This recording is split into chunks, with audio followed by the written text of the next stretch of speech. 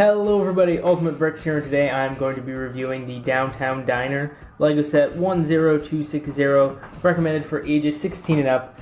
It includes 2,480 pieces, retails for $170 in the United States. Looks like it contains about 5 minifigures, and let's get into it. Alright, and here is the model all completed. When it is done, you get the diner itself, this pink car, and 6 minifigures, not 5, I guess I was wrong in the beginning estimate. Anyways, this is the most recent modular building as of 2018. It released January 1st, 2018, and it is pretty awesome. It connects to all the other modular buildings. That is what the modular buildings are. They're a series of buildings that connect together, so you can connect them all together and make a street with them. They connect using Technic pins right there and there. And if you just flip it over to the other side, you can see the pins go right there, which is why the walls don't look perfect. You know, the walls on the sides definitely do not look as perfect and detailed as the walls on the front, but that's the point. However, this one is a little bit different because of this line right here. If you look at it, and the other building would come up right here against it. So this is kind of like a corner building when it comes to detail, because it comes around and has detail. So it really is detailed like a corner building, which is why it has more pieces and is kind of the same size as some of the other buildings. So even though it is the same size, it is more pieces. So we'll probably take a look at the car last. So let's take a look at just the main diner floor right now. You can see, point out some of the exterior details of the door right here that has an exclusive print on it. Then there's this nice curved window, a parking meter, some flowers, a mailbox, and then of course the lamppost over there. Over here there's stairs which take you up to this level, which then you can take this spiral staircase all the way up to the top level where there's another door. And of course there's a door right there to get into the second floor. You can see there's all kinds of windows on the back here, using some cool building techniques to get those windows in there with these nice arches on top. Those are some cool building techniques as well. Not really too much detail going on in the bottom. There's a little trash can right here which just pops out. There's nothing in it, but it easily seats down. It sits on a jumper plate, which means it's easy to take it off. Nice sideways door, diagonal door, and then there's a little crate, but other than that, nothing really down here. But I guess if you wanted to add your own little details, you could. Then on this side, again, pretty bland, just kind of the wall.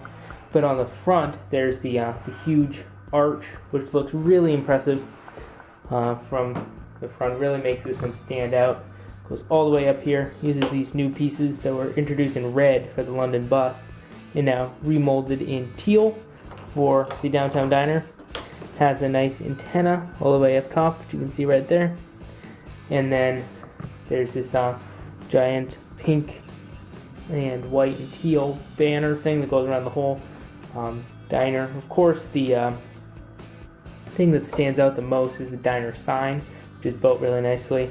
Then you can see there's some windows, and these are actually built nicely as well. The walls, it's not just bricks making up these walls right here. If I take this off, I can show you how it's actually plates. It's plates with tiles on top, then just connected right to the front, and that is what gives it that look. And that allows these little arches right here to stick out. So if you turn it like that, see that they stick out ever so much right there. Then taking it to the top, you can see there's some detail on the roof right here, some very nice details right there. And then right here there is a skylight on the top of the roof. There is no way to climb upstairs to the roof, but they have a ladder right there.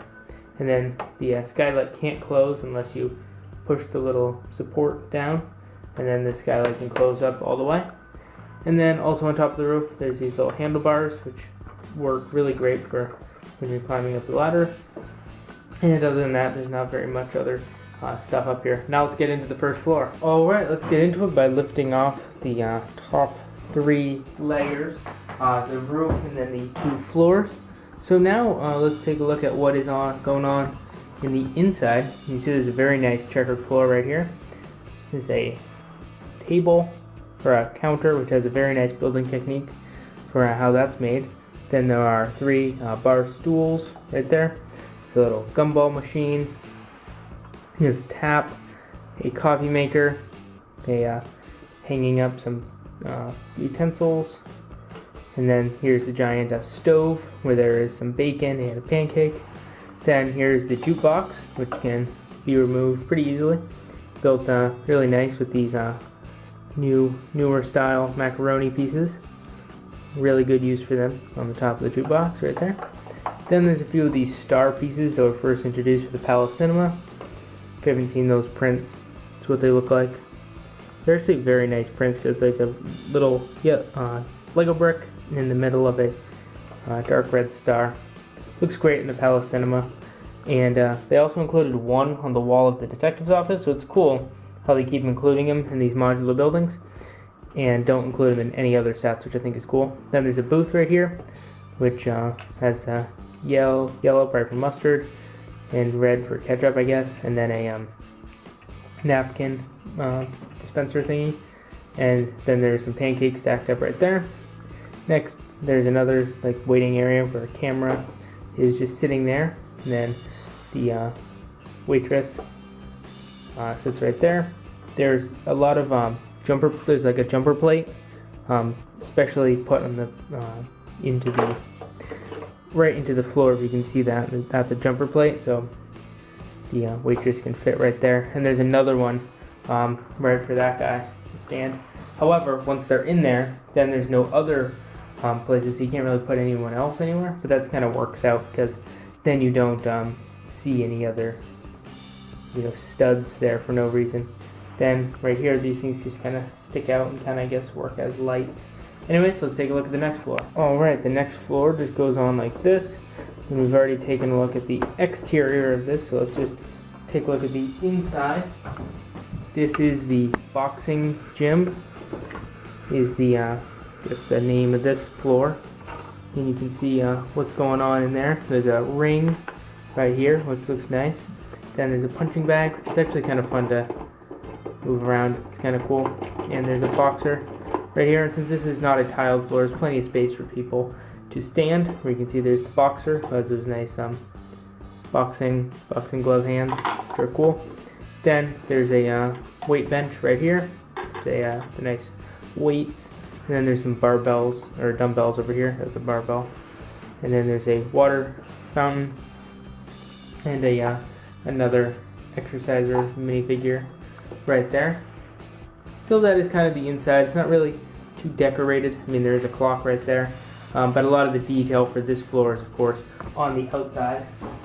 So now we can just place on the other floor. Just sits on just like that. And here is the third floor, which is the recording studio and the record place, I guess. There's a little waiting room over here, a nice chair and a table. And then over here there's a golden record on the wall.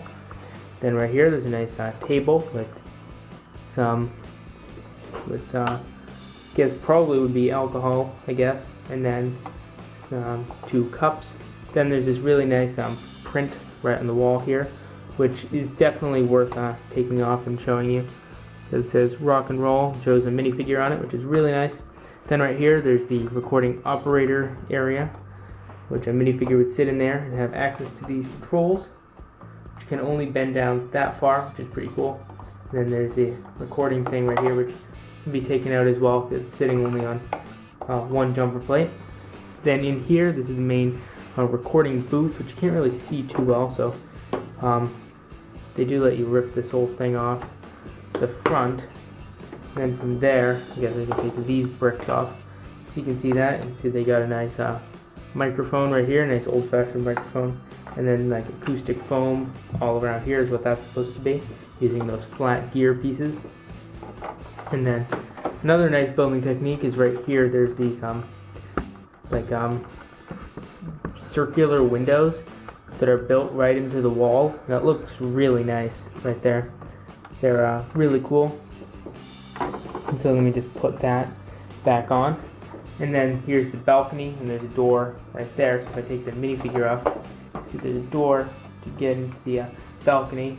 And I probably put this on the wrong way now looking at it, because the door doesn't open. So let me just see this. So if I flip the door around, that's why I have to be careful. It must be the way it's supposed to be. I must have done that wrong, because now the door opens inward. So look at that. Everyone makes mistakes, I guess. So then you can see there's some rugs in there. I don't think I pointed that out before, but that is pretty much the build for the diner. If you look at it, it's a pretty impressive build, and there's not too much other things I need to point out that you can't just see just kind of by looking at it, looking at the pictures. One thing I will point out is these little slopes right here. I really like those. And now we can take a look at the build for the car, which is definitely something that is worth looking at. They did a great job on the design. You can fit 2 minifigures in the front seat, and then I guess another figure could probably fit in the back, or the guitar can fit in the back. They tell you to do that. And then the rock and roll minifigure is shown to be in the car. You can definitely remove him just to look at it. There's a nice emergency brake that can go up and down. A steering wheel, some rear view mirrors, nice windshield. Really like the shaping that they did right here for those headlights, and then the front right there. And then the tail lights and the exhaust. It all looks fantastic, and they used a nice newer style of wheels, which are definitely great. You can see the fact how, since they use jumper plates right there, they can have 2 minifigures in here and still have plenty of room for shoulders and stuff like that. And then you could either even put another figure in the back, or just the guitar right there. Speaking of those minifigures, let's take an up-close look at all of the minifigs. Alright, and here are the first 4 figures. Left to right is the waitress, the chef, the boxer, and then the weightlifter, or just another gym user.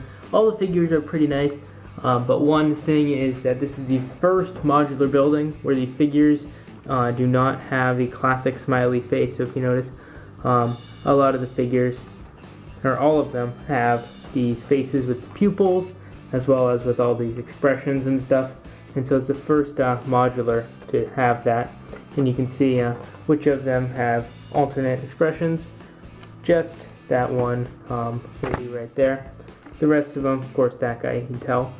But the rest of them just have their single expressions, and a few of them have accessories. And this one is really cool because it has the boxing glove hands, which I think are really cool. For the final 2 figures, there is the one who is supposed to be Elvis, and then the studio recorder.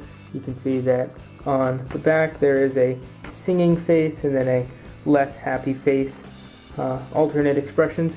So a lot of great shiny kind of speckled printing on the back of this torso, which I'm pretty sure that torso is exclusive, but the other one is just all kind of regular stuff. So I really like these 2 figures as well, and I think they definitely add to the set. Alright, so that is my review of the set. If you think I did a good job showing off the set, please let me know in the comment section down below. And if you think I didn't do a good job of showing the set off, then please tell me that as well in the comment section down below. I'd love to hear your feedback so I can improve my videos and just make them get better. Anyways, my overall thoughts on the diner is that I think it is a fantastic modular building. It's definitely a must-have for anyone who collects these modular buildings. Definitely think it's right up there with the best of them. They've definitely stepped up the detail, especially in the interiors and on the exterior just here, and how it's practically like a corner building, even though it isn't. I think that that's just so cool. Just adds so much detail. It's great to have all these teal bricks. So this is just a great parts pack, even if you just wanted to get this set just for maybe like build it and then take it apart just for the pieces, because there's so many great pieces in the set. And if you don't do that, it's just a great model just for anyone who wants to leave it together like me and put it in a city. Definitely, if you have a lot of modular buildings, this is definitely one to add to the collection. I think it just looks absolutely amazing. Anyways, that is just my opinion. Please tell me your opinion on this set in the comment section down below. Thank you so much for watching, and I will see you later. Bye.